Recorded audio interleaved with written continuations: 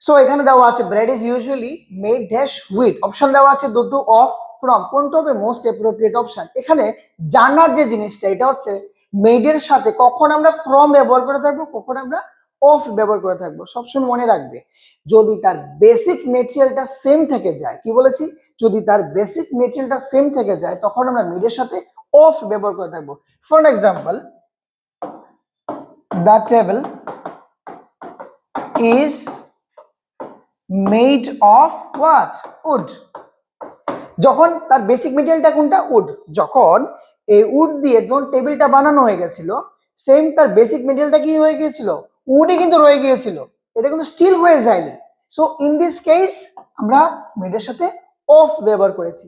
যদি তার basic মেটেরিয়ালটা change হয়ে যেত, for an example, the card is made from milk, তার বেসিক মেটেরিয়ালটা কোনটা, মিল্ক, হয়ে গেছে কি কনভার্ট হয়ে কি হয়েছে, কার্ড। তার বেসিক মেটেরিয়ালটাই তো চেঞ্জ হয়ে গেছে।